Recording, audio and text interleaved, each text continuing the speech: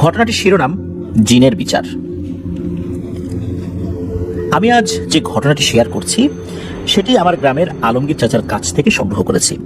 ঘটনাটি আলমগীর চাচা তার দাদার কাছে শুনেছিলেন। ঘটনাটি ঘটেছিল 1955 সালের দিকে। ঘটনাটি যার সাথে ঘটেছিল তার নাম আসাদ চৌধুরী। এই আসাদ সাহেব ছিলেন তৎকালীন কুষ্টিয়া জেলার একজন নামকরা গ্রাম্য বিচারক। সেই সময় কুষ্টিয়া ছিল বাংলাদেশের মধ্যে বা তৎকালীন পূর্ব পাকিস্তানের মধ্যে অন্যতম বড় জেলা। এই আসাদ সাহেব ছিলেন অত্যন্ত ন্যায়পরায়ণ, বিচক্ষণ ও জ্ঞানী ব্যক্তি। উনি গ্রামের কোনো বিচারে উপস্থিত হলে সেই বিচারটি ভালোভাবে বুঝে তারপর রায় দিতেন। শোনা যায় উনি ওনার জীবনে যত বিচারে রায় দিয়েছেন প্রতিটা রায় ইনসাফের সাথেই দিয়েছেন। আরো শোনা যায় তৎকালীন পশ্চিম পাকিস্তানের ইসলামাবাদের একটি নামকরা মাদ্রাসা থেকে উনি কোরআনের হাফেজ হন। তার সততা, জ্ঞান, বুদ্ধি এগুলো দেখে সেই মাদ্রাসার একজন শিক্ষক তাকে এক পীরের কাছে রেখে আসেন এবং 3 বছর ওই পীরের কাছে থেকে উনি অনেক দিনই শিক্ষা লাভ করেন। আর উনি যে বিচারগুলো করতেন, উনার বিচার মানে নাই এমন ঘটনা নাকি কখনো ঘটেছে বলে কেউ বলতে পারে নাই। উনার বিচারে যে দোষী সে যত প্রভাবশালী হোক না কেন তাকে দোষী সাব্যস্ত করতেন এবং নির্দোষকে নির্দোষ প্রমাণিত করতেন। বিচারের পাশাপাশি তিনি তার এলাকার একটি মসজিদের খাদেম ছিলেন। উনি মসজিদের এই খেদমতের জন্য কোনো টাকা পয়সা নিতেন না। শোনা যায় আসাদ সাহেব তার বাবার একমাত্র পুত্র সন্তান ছিলেন। তার অনেক সম্পত্তি ছিল। তিনি বিচার করতে গিয়ে যখন দেখেছেন একজন অন্যায় করেছেন, কিন্তু ওই সময় অন্যায় করা ছাড়া কোনো উপায় ছিল না, তিনি অন্যায়ের শাস্তি দিয়েছেন, কিন্তু শাস্তি দেওয়ার পর নিজের সম্পদ তাকে দিয়ে দিয়েছেন। এভাবে নাকি তার পিতার রেখে যাওয়া সম্পদ উনি মানুষের কল্যাণে বা প্রয়োজনে বিলিয়ে দিয়েছেন। আসাদ সাহেব আরেকটি কাজ করতেন, সেটা হলো আশেপাশে কোনো গ্রামের কোনো জিনে ধরা রোগীকে উনি নাকি তাড়াতে পারতেন। এই কাজে ওনার সফলতার হার ছিল অনেক বেশি। কথিত আছে এমন ঘটনাও ঘটেছে যে অনেক জিনে ধরা রোগীর বাড়িতে যখনই আসাদ সাহেব পা রেখেছেন, জিন সেই রোগীকে ছেড়ে দিয়ে চলে গেছে, আর কখনোই সেই রোগীকে সেই জিন আর আসর বা ধরে নাই। আসাদ সাহেবের বয়স যখন 60-এর মতো হয়ে যায় বা 60 বছরের মতো, তখন ওনার জীবনে ঘটে যায় অনাকাঙ্ক্ষিত কিছু ঘটনা। এত কিছু বলার কারণ আপনারা ঘটনাটি শুনলেই বুঝতে পারবেন। সময়টা 1955 সালের আশেপাশে। কুষ্টিয়া থেকে পোড়াদহ এলাকায় আসেন উনি একটি বিচার করতে। আসাদ সাহেব যখন বিচার করছেন, ওনার চোখ যায় পাশের একটি কদম গাছের দিকে। আসাদ সাহেব দেখতে পান দুটি বড় আকৃতির পাখি ওই গাছের একটি ডালে বসে আছে। এক দৃষ্টিতে পাখি দুটি আসাদ সাহেবের দিকে তাকিয়ে আছে। উপস্থিত সকলের কথাও পাখি দুটো খুব মনোযোগ সহকারে শুনছে। উনি বিচারের মধ্যেই মাঝে মধ্যে ওই পাখি দুটোর দিকে নজর রাখছিলেন। বিচার শেষে উনি দেখেন পাখি দুটি আর নেই। পাখি দুটি সাধারণ পাখিদের চেয়ে কিছুটা বড় দেখতে, আর পাখি দুটো বেশ সুন্দরও ছিল দেখতে। পাখি দুটো দেখে উনি কিছুটা বিস্মিত হলেও বিষয়টা তেমন একটা পাত্তা দেন নাই। উনি ওনার মতো বিচার কাজ শেষ করে বাড়িতে ফেরেন।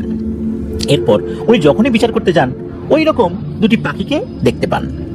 দূর থেকে এই পাখিগুলো মনে হচ্ছে তার বিচার করাটা বিশ্লেষণ করছেন। উনি এবার বিষয়টা একটু অন্যভাবে ভাবতে থাকেন। উনি নিশ্চিত হন যে এরা সাধারণ কোনো পাখি না, এরা অন্য কিছু। কিন্তু এরা আসলে কেন আমাকেই ফলো করছে? তারা কেন আমার প্রতিটা বিচারে এইভাবে দূর থেকে খেয়াল রাখছে? এই বিষয়টা তারা যতক্ষণ পর্যন্ত নিজে এসে না জানাবে ততক্ষণ পর্যন্ত আমি বুঝতে দেব না যে তারা সাধারণ কোনো পাখি না। আর এটা আমি বুঝতে যে পেরেছি এটাও তাদেরকে বুঝতে দেব না। এভাবে বেশ কিছুদিন চলে যায়। একদিন আসাদ সাহেব নিজ গ্রাম থেকে 8 থেকে 10 কিলোমিটার দূরে একটি গ্রামে বিচার করতে চান। বিকাল থেকে বিচার শুরু হয়। বিচার শেষ হতে হতে তুমুল বৃষ্টি শুরু হয় এবং বৃষ্টি থামতে থামতে রাত প্রায় 9টা বেজে যায়। আর তখনকার রাস্তাঘাট এত উন্নত ছিল না। ওনাকে যেতে হবে 10 কিলোমিটার রাস্তার মধ্যে অর্ধেকটা মাটির রাস্তা, অর্ধেকটা ইটের রাস্তা, এটা দিয়েই যেতে হবে। উনি একটা নীতি মেনে চলতেন। নিজ এলাকার বাইরে কোনো জায়গায় বিচার করতে গেলে যত রাত হোক কখনোই সেই এলাকায় থাকবেন না। এটা তার দাদার দেওয়া একটা উপদেশ ছিল। আর আসাদ সাহেবের কোনো শত্রু আছে বলে উনি মনে করতেন না। তাই তার কাছে থাকা ব্যাটারির লাইট নিয়ে বাড়ির উদ্দেশ্যে উনি বেরিয়ে পড়েন। রাস্তাঘাট সবই তো তার পরিচিত। গ্রামের মানুষ অনেকেই তাকে থেকে যাওয়ার জন্য অনুরোধ করেছিলেন। কেউ কেউ তাকে এগিয়ে দেওয়ার কথাও বলেছিলেন। আসাদ সাহেব সবাইকে মানা করে দেন, বলেন ইনশাল্লাহ কোনো সমস্যা হবে না, আর আপনাদের এত রাত্রে কষ্ট না দেই। এর আগেও অনেক গ্রামে বিচার শেষ করে রাতে বিরেতে বাড়িতে ফিরেছি। আল্লাহর রহমতে বড় ধরনের কোনো বিপদ আপদ হয়নি আলহামদুলিল্লাহ। তো আসাদ সাহেব একা একা বেরিয়ে পড়েন। আসাদ সাহেব হাঁটতে হাঁটতে যখন একটু নির্জন রাস্তার মধ্যে আসলেন, উনি পেছনে একটা শব্দ শুনলেন, মনে হলো কোনো কিছু ওনার পেছনে পেছনে আসছে। তখন আসাদ সাহেব পেছনে তাকিয়ে দেখেন দুটি সাদা বিড়াল ওনার পেছনে পেছনে আসছে। দুটি বিড়ালই ধবধবে সাদা এবং দেখতে একই রকম। উনি দাঁড়ানোর সাথে সাথে বিড়াল দুটি দাঁড়িয়ে পড়ে। বিড়াল দুটি ওনার থেকে বেশ কিছুটা দূরেই দাঁড়িয়েছিল। আসাদ সাহেব আবার পথ চলতে শুরু করলে বিড়াল দুটি ওনার পিছু পিছু চলতে থাকে। উনি আবারও দাঁড়িয়ে যান, বিড়াল দুটো ঠিক আগের মতোই দাঁড়িয়ে যায়। 50 ফুটের মতো দূরত্ব ছিল তাদের মাঝে। আসাদ সাহেব বুঝতে পারেন এরা সাধারণ কোনো বিড়াল নয়। উনি হাঁটার গতি বাড়িয়ে দেন। এইভাবে কিছু দূর হাঁটার পর উনি পেছনে আর কোনো শব্দ শুনতে পান না। উনি পেছনে তাকিয়ে দেখেন এইবার আর সেই বিড়াল দুটো দেখা যাচ্ছে না। উনি আবার হাঁটা শুরু করেন। কিছু দূর হাঁটার পর উনি খেয়াল করলেন সামনে থেকে ঘোড়ার মতো কিছু একটা তার দিকে এগিয়ে আসছে। এটা দেখে আসাদ সাহেব রাস্তার উপর দাঁড়িয়ে পড়েন এবং দেখতে পান ওই জিনিসের শরীর থেকে খুবই তীব্র সাদা ধরনের আলো বের হচ্ছে। উনি একটু ইতস্তত বোধ করতে থাকেন, এটা ডাকাত নয় তো? কিন্তু ডাকাতদের কাছে তো এত তীব্র আলো থাকা সম্ভব নয়। এটা ভাবতে ভাবতেই ওই জিনিস আসাদ সাহেবের থেকে 50 কি 60 ফুট দূরে দাঁড়িয়ে পড়ে।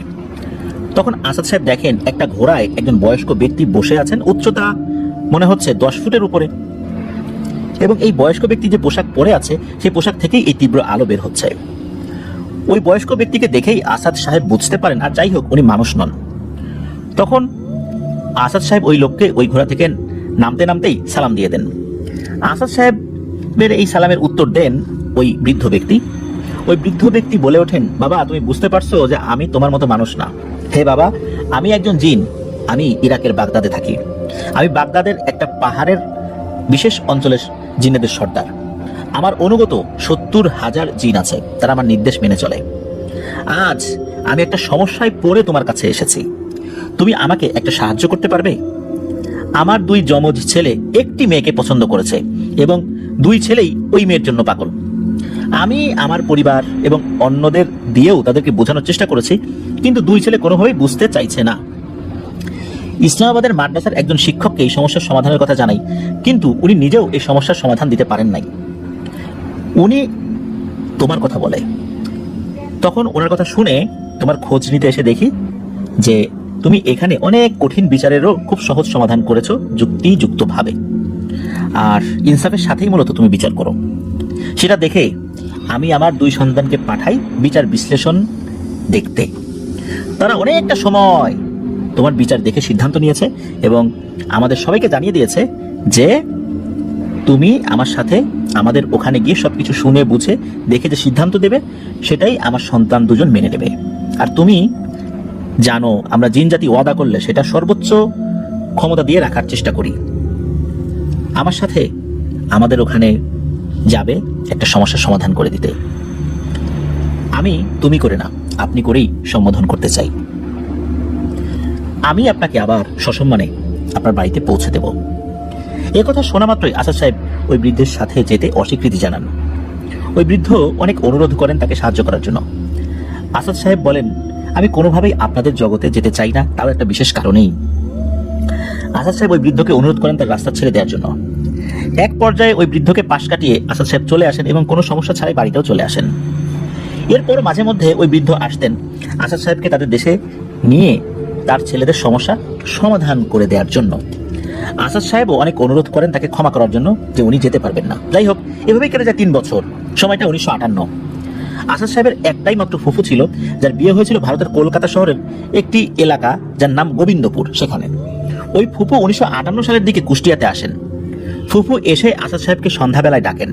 আসাদ সাহেব যখন আসেন তখন আসাদ সাহেবের ফুফু বলেন, বাপ তুই তো অনেকদিন আমাদের ওখানে যাসনি, এবার আমার সাথে তোকে যেতে হবে, কারণ আমাদের বাড়ির পাশের একজন প্রতিবেশীর ছেলে খুবই অসুস্থ। কোনো ডাক্তার এই রোগ ধরতে পারে নাই, আর যত হুজুর কবিরাজ দেখানো হয়েছে কেউই নাকি এই সমস্যার সমাধান করতে পারেনি। কোনোভাবেই তাকে সুস্থ করা যাচ্ছে না। আমি অনেক বড় মুখ করে বলে এসেছি আমার ভাইয়ের ছেলে অনেক বড় মাদ্রাসা থেকে কোরআন শিক্ষা নিয়ে এসেছে এবং সে এইসব রোগী আল্লাহর ইচ্ছায় অনেকই ভালো করেছে, কখনো ব্যর্থ হয়নি। আসাদ সাহেবের ফুফু আসাদ সাহেবকে অনেক জোরাজোরি করে। এক পর্যায়ে আসাদ সাহেব ফুফুর সাথে যেতে রাজি হন, কিন্তু ফুফুকে বলেন যে সে কিন্তু খুব বেশি দিন ওখানে থাকতে পারবেন না। ফুফু বলেন ঠিক আছে। 2 দিন পর আসাদ সাহেব তার ফুফুর সাথে ভারতের গোবিন্দপুরে যান। তখন ভারত আর বাংলাদেশের মধ্যে যাতায়াত ব্যবস্থা ছিল অনেকটাই সহজ। আসাদ সাহেব গিয়ে ফুফুর বাড়িতে ওঠেন। কিন্তু উনি বেশিক্ষণ ফুপুর বাসায় ছিলেন না। বাসায় খাওয়া দাওয়া করে আসাদ সাহেব তার ফুপুর সাথে একটা বাড়িতে যান। সেখানে গিয়ে দেখেন বাড়ির বারান্দায় কয়েকজন মানুষের জটলা। আসাদ সাহেব মানুষদের পেরিয়ে সামনে গিয়ে দেখেন একটা 20 থেকে 22 বছর বয়সের এক ছেলে শুয়ে আছে। তার শরীরের হাড়গুলো যেন মাংস ভেদ করে সব বেরিয়ে এসেছে। ছেলেটা নড়াচড়া করতে পারে না, শুধু ফ্যাল চোখে তাকিয়ে আছে। উনি এসে ছেলের কাছে কিছু সময় বসে থাকেন, তারপর ছেলের বাবার কাছে গিয়ে জিজ্ঞেস করেন ছেলে খাওয়া দাওয়া করতে পারে কিনা। তখন ছেলের বাবা বলেন ছেলে খাবার দিলে গিলতে পারে না, মুখ থেকে উগড়ে দেয়। তবে রাতের একটি সময় সে খুব জোরে চিৎকার করে ওঠে। তারপরই সে খুব জোরে চিৎকার করে খেতে চায় এবং সেই সময় পেট ভরে খাবার খেতে পারে, কিন্তু খাওয়ার কিছু সময় পরে আবার একটা খুব জোরে চিৎকার দিয়ে ওঠে। এরপর আবার সারাদিন পাথরের মতো হয়ে থাকে, শুধু চোখ মেলে ফ্যাল করে তাকিয়ে থাকে। সব কথা শোনার পর আসাদ সাহেব ওই ছেলের বাবাকে জিজ্ঞেস করেন আপনার ছেলের এই অবস্থা কিভাবে হলো। তখন ওই ছেলের বাবা বলে ওঠেন তার ছেলের নাম নয়ন। তো এটি তাদের একমাত্র সন্তান। তাকে ওখানকার একটা মাদ্রাসায় ভর্তি করানো হয়। তার মেধা দেখে মাদ্রাসার প্রিন্সিপাল স্যার সেই ছেলেকে ভারতের উত্তরপ্রদেশের সাহারানপুরের একটি নাম করা মাদ্রাসায় ভর্তি করিয়ে দেন। ছেলেটা ছিল শান্ত প্রকৃতির, কোনো খেলাধুলা বা বন্ধুদের সাথে আড্ডা দেওয়া পছন্দ করতো না। পড়াশোনার পাশাপাশি সে ইসলামিক বই পড়তে খুবই পছন্দ করত, যেগুলো তার পাঠ্য বইয়ের তালিকায় ছিল না এমন ইসলামিক বই। সে গজল লিখত, সেটার কণ্ঠটাও খুব সুন্দর ছিল। সে মাদ্রাসার কোনো প্রোগ্রামে উপস্থিত হলে ইসলামিক গজল পরিবেশন করত, নিজের লেখা নিজের গাওয়া ইসলামিক গজল। প্রায় 8 বছর সে ওই মাদ্রাসায় লেখাপড়া করেছে। এর মধ্যে কোনো সমস্যা হয়নি, কেউ এই ছেলের নামে কোনো অভিযোগও করেনি। মাস 3 আগে মাদ্রাসা থেকে এখানকার এক লোকের মাধ্যমে মাদ্রাসার প্রিন্সিপালের একটা চিঠি আসে, এই ছেলেকে নাকি খুঁজে পাওয়া যাচ্ছে না। অভিভাবকের সাথে করে যেন মাদ্রাসার প্রিন্সিপাল উত্তরপ্রদেশের সাহারানপুরে আসেন। তো ওখান থেকে গুছিয়ে যেতে প্রায় 1 সপ্তাহ সময় লেগে যায়। এই ছেলের বাবা, ছেলের বড় চাচা এবং মাদ্রাসার প্রিন্সিপাল সাহেব ওখানে যান। এর মধ্যে ওনারা আর কোনো যোগাযোগ করতে পারেন নাই। ওনারা ওখানে গিয়ে দেখেন যে ছেলেকে পাওয়া গেছে। ছেলেকে একটা রুমে রাখা হয়েছে, ছেলের পুরো শরীরে ক্ষতের দাগ। ছেলে কারোর সাথে কথা বলে না, শুধু রাতের একটা সময় চিৎকার করে খাবার চায় এবং খাবার শেষের কিছু সময় পর আবার চিৎকার করে নীরব হয়ে যায়। তখন মাদ্রাসার শিক্ষকদের জিজ্ঞেস করা হয় আমার ছেলে এমন কি করে হলো।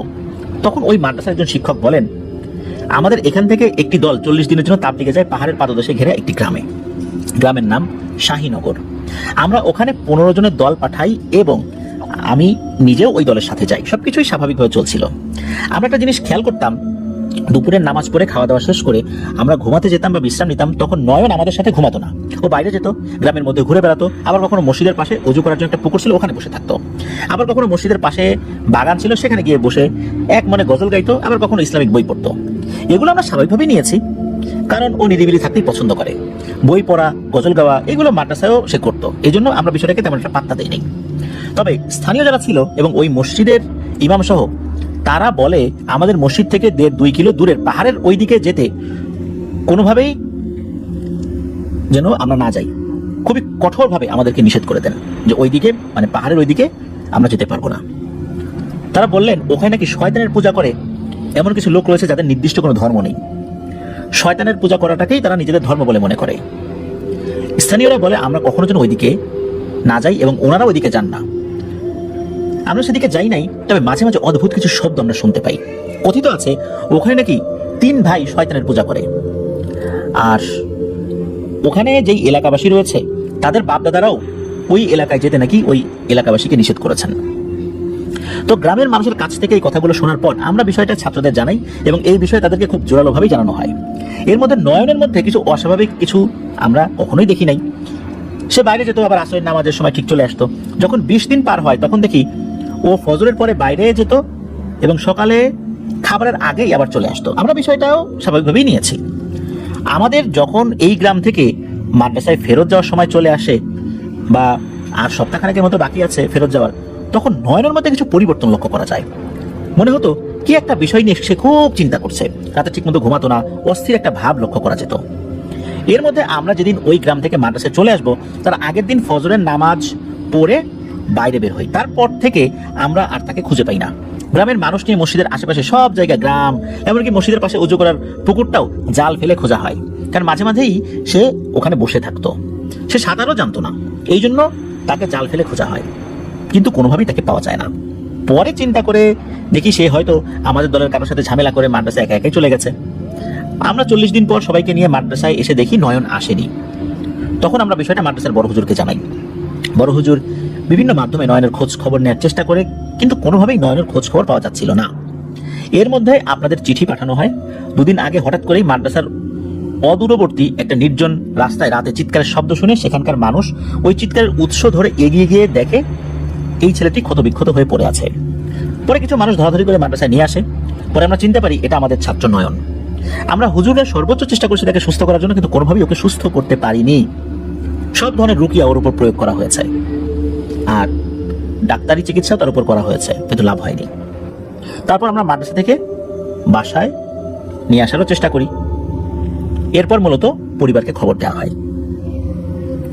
তো এতটুকুই বললেন নয়নের বাবা তার ভাষায়। নয়নের বাবা এটাও বললেন যে তার ভাষায় যে তারপর আমরা মাদ্রাসা থেকে ওকে বাসায় নিয়ে আসি। এখানে অনেক কবিরাজের ওষুধ খাইয়েছি, কোনো কাজ হয়নি। অনেক ইমাম আলেমকে দেখানো হয়েছে। ছেলেটাকে যে জিনে ধরেছে কিনা এটাও নাকি কেউ কোনোভাবে বুঝতে পারছে না। ছেলেটার শরীরেও কোনো পরিবর্তন নাই, নিয়ে আসার সময় যেমন ছিল এখন ঠিক তেমনই আছে। এই কথাগুলো শোনার পর আসাদ সাহেব বুঝতে পারেন এখানে আসলে তার কিছু করার নাই, কারণ অনেক বড় বড় আলেম ইমাম মাদ্রাসার বড় হুজুর যখন কিছুই করতে পারেননি, উনি আর কতদূর কি করতে পারবেন। যাই হোক, উনি তারপরও সবাইকে দূরে সরে যেতে বলেন। তারপর আসাদ সাহেব তার রিচুয়াল শুরু করেন। উনি আগে যেভাবে জিনে ধরা রোগীকে হাজির করতেন সেভাবেই চেষ্টা করতে থাকেন, কিন্তু কোনোভাবেই জিনকে হাজির করতে পারেন না। বারবার চেষ্টা করে উনি ব্যর্থ হন। উনি কনফিউজড হয়ে যান, আসলে কি নয়নকে জিনে ধরেছে নাকি অন্য কোনো সমস্যা। জিনে ধরলে তো জিন হাজির হয়ে যাওয়ার কথা। তাছাড়া যে সমস্ত পরীক্ষা নিরীক্ষা রয়েছে সেগুলো করেও জিনে যে ধরেছে বা জিনের কোনো সমস্যা আছে কিনা সেটাও তো বোঝা যাচ্ছে না। উনি নয়নের আব্বাকে ভালো করে জিজ্ঞেস করেন যে আচ্ছা ভালো কোনো ডাক্তার দেখানো হয়েছে কি। তখন নয়নের বাবা বলেন যে কলকাতার বড় বড় ডাক্তারকে দেখানো হয়েছে, কিন্তু তারা কোনো রোগী ধরতে পারে নাই। তখন আসাদ সাহেব তার ফুপুকে বলেন, ফুপু আসলে আমার কিছুই করার নাই, আমি যতদূর জানি সব চেষ্টা করেছি, কিন্তু মনে হচ্ছে এই রোগীর চিকিৎসা আমার দ্বারা হবে না। এই বলে উনি বাড়ি থেকে চলে আসেন এবং ফুপুদের বাড়িতে 2-1 দিন থেকে নিজের বাড়ি কুষ্টিয়া চলে আসেন। কিন্তু আসাদ সাহেবের একটা দারুণ কৌতূহল কাজ করে এই ছেলের সাথে আসলে কি হয়েছে, কি ঘটেছে এটা জানার জন্য। এই ছেলেটার প্রতি তার একটা মায়াও চলে আসে। মাদ্রাসার একটা জ্ঞানী ছেলে কিভাবে এমনটা হয়ে গেল, এত বিচক্ষণ ভালো একটা ছেলে, মেধাবী ছেলে। আবার তার ফুপু অনেক আশা করে নিয়ে গেল, ফুপুর মুখটাও রাখতে পারলো না। উনি একটা চিন্তা করেন যে এবার যদি সেই জিনের সর্দারটা আসে, আমি তার কাছে বিষয়টা জানার চেষ্টা করব, আর যদি পারি ওই ছেলের জন্য কিছু একটা করার জন্য জিনের সর্দারকে অনুরোধ করব। আসাদ সাহেব অপেক্ষা করতে থাকেন কখন সেই বৃদ্ধ জিন আসবে এবং তিনি প্রশ্নগুলো করবেন। এভাবে কিছুদিন চলে যায়। তবে আসাদ সাহেবকে খুব বেশি অপেক্ষা করতে হয়নি। 20 থেকে 25 দিন পরে উনি একদিন একটি গ্রাম থেকে বিচার কাজ শেষ করে রাতে ফিরছেন। এই রাস্তার মাঝখানে একটা ছোট্ট ব্রিজ পড়ে। উনি ব্রিজে ওঠা মাত্রই দেখেন যে ব্রিজের ওই মাথায় সে বৃদ্ধ জিন দাঁড়িয়ে, তার পোশাক থেকে তীব্র আলো বের হচ্ছে, আর তার পাশে আগের মতো একটি ঘোড়া দাঁড়িয়ে রয়েছে। আসাদ সাহেব বৃদ্ধ জিনকে দেখেই সালাম দেন। ওই বৃদ্ধ জিনও সালামের উত্তর দেন এবং ওই বৃদ্ধ বলে ওঠেন, আপনি কি আমার কথা একটু ভেবে দেখেছেন? আমার সন্তানরা শুধু আপনার সিদ্ধান্ত নির্দ্বিধায় মেনে নিতে রাজি হয়েছে।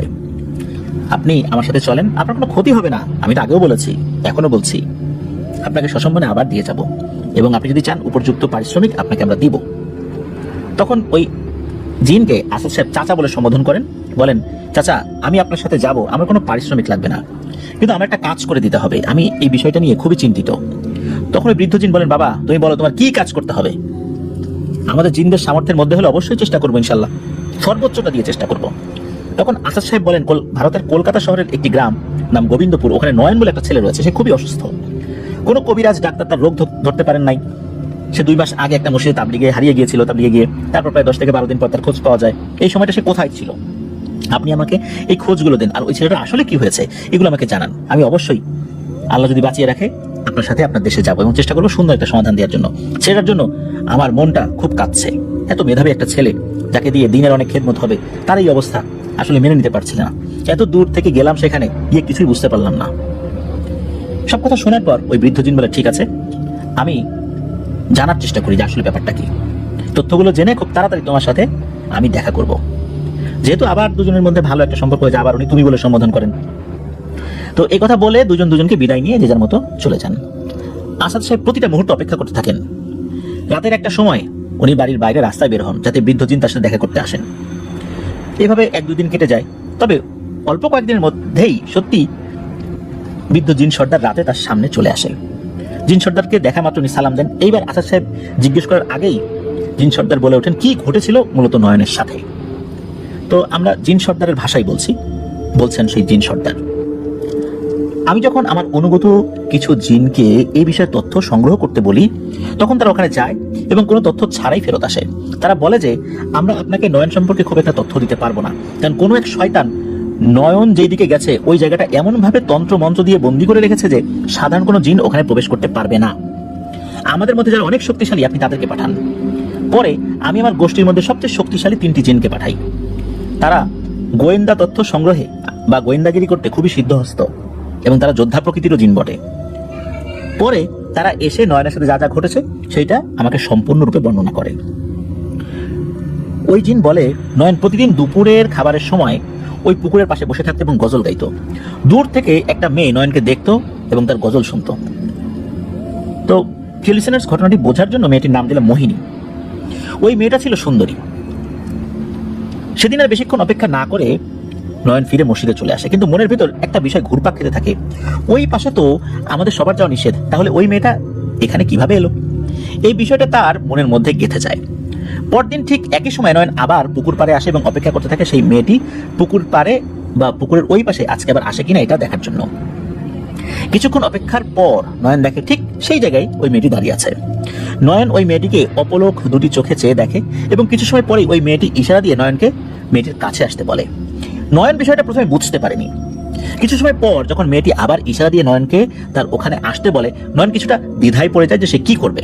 কারণ প্রথমত নয়নদেরকে নিষেধ করা হয়েছে তাদের কেউ যেন পুকুরের ওই পাশে না যায়। দ্বিতীয়ত নয়ন সাঁতার জানে না, তাহলে সে ওই পারে কিভাবে যাবে? আবার নয়নকে যদি ওইদিকে যেতে হয় তাহলে পুকুরের এক পাশে জঙ্গলের ভেতর দিয়ে হেঁটে হেঁটে যেতে হবে এবং এই ক্ষেত্রে যদি কেউ তাকে দেখে ফেলে তাহলে বড় ধরনের বিপদে পড়তে হতে পারে। তো সে কোনো সিদ্ধান্ত নিতে না পারায় মসজিদের পাশে তাদের থাকার জায়গায় চলে আসে। পরদিন নয়ন আবার দুপুরের পর মসজিদের পাশে সেই পুকুরের ধারে যায় এবং সে আশ্চর্য হয়ে যায়, দেখে মেয়েটি আজকে পুকুরের ওপারে নয়, মেয়েটি আজকে পুকুরের এক পাশের জঙ্গলের মধ্যে দাঁড়িয়ে আছে এবং সেখান থেকে কিছুটা শব্দ করে নয়নের দৃষ্টি আকর্ষণ করার চেষ্টা করছে। এক পর্যায়ে মেয়েটির সাথে নয়নের চোখাচোখি হয়ে যায় এবং মেয়েটি নয়নকে ইশারা করে তার দিকে আসতে বলে। নয়ন এদিকে ওদিকে তাকিয়ে তার দিকে যায়। মেয়েটিকে কাছ থেকে দেখে নয়ন কিছুটা বিমোহিত হয়ে পড়ে, এত সুন্দর একটা মেয়ে তার সামনে দাঁড়িয়ে আছে এই ভেবে। এক পর্যায়ে নয়ন মেয়েটিকে বলে ওঠে, তোমার নাম কি? তুমি পুকুরের ওই পাশে কিভাবে থাকো? এই কথা শুনে মেয়েটি বলে, আমার নাম মোহিনী, আমি পাহাড়ের মধ্যে বসবাস করি। তুমি কয়েকদিন আগে সুর করে একটা কিছু গাইছিলে, ওটা আমার খুব ভালো লেগেছিল, তাই আমি মাঝে মাঝে পুকুরের ওই পাশে লুকিয়ে তোমার কণ্ঠের ওই গজলগুলো শুনতাম। কথাগুলো শুনে নয়ন তখন বলে, পুকুরের ওই পাশে গ্রামের সবাইকে যেতে নিষেধ করা হয়েছে, গ্রামের সবাই আমাদেরকেও নিষেধ করেছেন, তাহলে তুমি ওই পাশে কিভাবে থাকো আর তোমার বাড়িটাই বা কোথায়? তখন মোহিনী বলে, আমি এবং আমার 3 ভাই ওই পাহাড়ের মধ্যেই দীর্ঘদিন ধরে বসবাস করি, তুমি সময় হলেই সব জানতে পারবে আমি কে। এভাবে দুজনের মধ্যে কথাবার্তা চলতে থাকে। এক পর্যায়ে তাদের মধ্যে একটা প্রেমের সম্পর্ক তৈরি হয়ে যায়। এভাবে লুকিয়ে তারা দেখা করে বেশ কিছুদিন এভাবেই চলে যায়। একটা সময় অন্যদের সাথে সাথে নয়নেরও তো ফিরে যাওয়ার সময় চলে আসছিল আর কি। কিন্তু নয়ন ওই মেয়েকে এতটাই পছন্দ করে ফেলেছিল যে ওই মেয়েটিকে ছেড়ে যাওয়ার জন্য কোনোভাবেই তার মন চাইছিল না। ওই মেয়েটিকে ছেড়ে যাওয়া তার জন্য অনেকটাই অসম্ভব হয়ে দাঁড়িয়েছে। কিন্তু নয়ন তার সঙ্গীদের কখনো বুঝতে দেয়নি তার মনের মধ্যে আসলে কি চলছিল। সব এমন ভাব করে যে তার সবকিছুই আগের মতো চলছে। যেহেতু নয়ন মাত্র 40 দিনের জন্য এখানে এসেছে, সেহেতু নয়নকে সবার সাথে ফেরত তো যেতেই হবে। কিন্তু নয়ন মোহিনীকে ছেড়ে যাওয়ার কথা ভাবতেই পারতো না। 35তম দিনে নয়ন মোহিনীকে সব খুলে বলে সে আর মাত্র 5 দিন এখানে আছে। এই কথা শুনে মোহিনীরও মন খারাপ হয়ে যায়। তখন নয়ন বলে, তোমার পরিবার সম্পর্কে আমি প্রথম দিন জিজ্ঞেস করেছিলাম, তুমি বললে সময় করে সব বলবো। এতদিন আমি তোমার সম্পর্কে জানতে চাইনি, আর আমাদের দূর থেকেই বেশি দেখা হয়েছে, এই জন্য তোমার সম্পর্কে আমাকে সবকিছু বলো। তখন মোহিনী বলে যে আজ আমি তোমাকে সবকিছুই বলবো, কিন্তু তুমি কথা দাও সবকিছু শুনে আমাকে ছেড়ে যাবে না।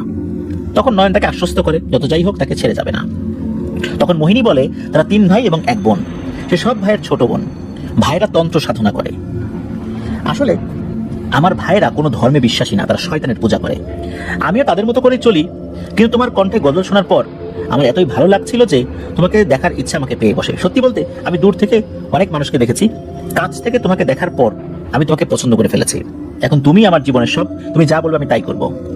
তখন নয়ন এবং মোহিনী পরিকল্পনা করে তারা দুজন এখান থেকে পালিয়ে নয়নদের বাড়িতে চলে যাবে এবং সেখানে গিয়ে তারা বিয়ে করবে। কিন্তু এখান থেকে তারা কিভাবে পালাবে? তখন মোহিনী বলে, আমি একটা রাস্তা জানি যেটা দিয়ে খুব গোপনে আমরা এখান থেকে পার হতে পারবো। তখন নয়ন আর মোহিনী পরিকল্পনা করে এখান থেকে তারা খুব ভোরে পুকুরের পাশে দেখা করবে এবং মোহিনী নয়নকে নিয়ে গোপন পথ ধরে পালিয়ে যাবে। যেই ভাবে সেই কাজ। পরদিন নয়ন ভোরবেলা চুপিসারে বের হয়ে আসে এবং পুকুরের পাশে জঙ্গলে চলে আসে। সে দেখতে পায় মোহিনী তার জন্য অপেক্ষা করছে। এরই মধ্যে দুজন যখন জঙ্গলের ভিতরে প্রবেশ করে তখনই মোহিনী দেখে তার তিন ভাই তাদের সামনে দাঁড়িয়ে আছে। মূলত মোহিনী রাতে বের হওয়ার সময় এক ভাইয়ের ঘুম ভেঙে যায় এবং সে দেখে মোহিনী চুপিসারে জঙ্গলের দিকে যাচ্ছে। তখন সেই ভাই অন্য ভাইদের ডাক দিয়ে বলে মোহিনী বের হয়ে জঙ্গলের দিকে গেছে। তখন তার ভাইরা তাদের সাথে থাকা জিনদের মাধ্যমে খোঁজ করে নয়ন এবং মোহিনীকে ধরে ফেলে এবং তাদেরকে নিয়ে পাহাড়ের একটা গুহায় নিয়ে যায়।